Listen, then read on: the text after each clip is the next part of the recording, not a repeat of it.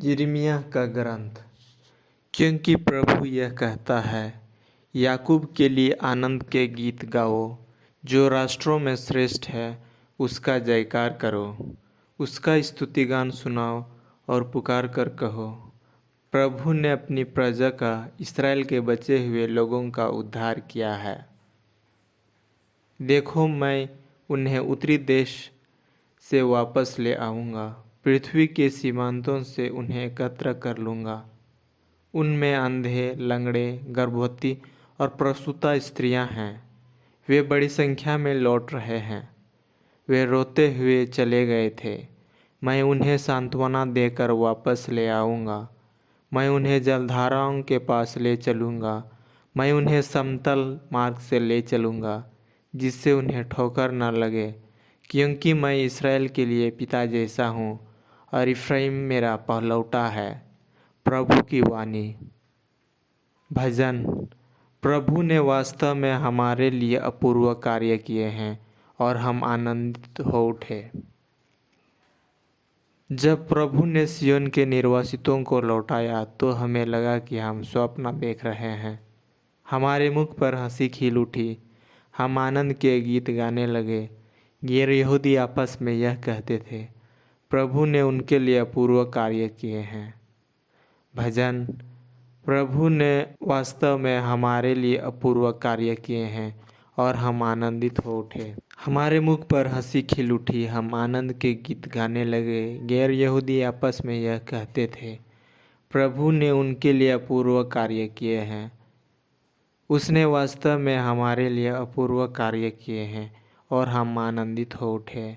भजन।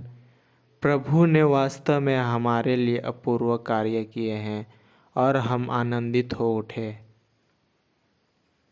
प्रभु मरुभूमि की नदियों की तरह हमारे निर्वासितों को लौटा दे।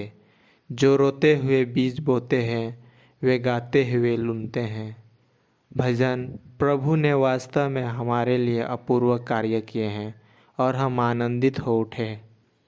जो बीज लेकर जाते हैं, जो रोते हुए जाते हैं, वे फूले लिए लौटते हैं, वे गाते हुए लौटते हैं।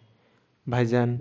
प्रभु ने वास्तव में हमारे लिए अपूर्व कार्य किए हैं और हम आनंदित हो उठे। दूसरा पाठ। इब्रानियों के नाम पत्र।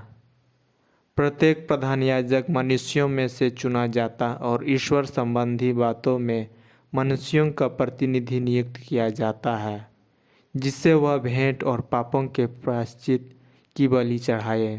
वह ज्ञानियों और भूले भटके लोगों के साथ सहानुभूतिपूर्ण व्यवहार कर सकता है, क्योंकि वह स्वयं दुर्बलताओं से घिरा हुआ है।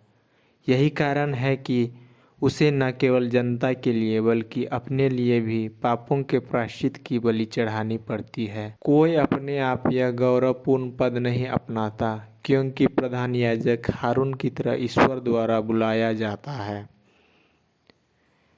इसी प्रकार मसीह ने अपने को प्रधान याजक का गौरव नहीं प्रदान किया। ईश्वर ने उनसे कहा, तुम मेरे पुत्र हो, आज मैंने तुम्हें उत्पन्न किया है। अन्यत्र भी वही कहता है, तुम मेलकिसेदेक की तरह सदा पुरोहित बने रहोगे। प्रभु की वाणी। संत मार्कुस के अनुसार पवित्र सुसमाचार। वे यरीहो पहुँचे। जब ईसा अपने शिष्यों तथा एक विशाल जनसमूह के साथ यरीहो से निकल रहे थे, तो तिमेउस का बेटा बर्तिमेउस, एक अंधा भिखारी, सड़क के किनारे बैठा हुआ था। जब उसे पता चला कि यह ईसा नाजरी है, तो वह पुकार पुकार कर कहने लगा, ईसा, दाऊद के पुत्र, मुझ पर दया कीजिए। बहुत से लोग उसे चुप करने के लिए डांटते थे, किंतु वह और भी जोर से पुकारता रहा, दाऊद के पुत्र, मुझ पर दया कीजिए। ईसा ने रुककर कहा, उसे बुलाओ। लोगों ने यह कहते हुए अंधे को बुलाया, ढाढ़स रखो, उठो, वे तुम्हें बुला रहे हैं। वह अपनी चादर फेंक कर उछल पड़ा और ईसा के पास आया। ईसा ने उससे कहा, क्या चाहते हो?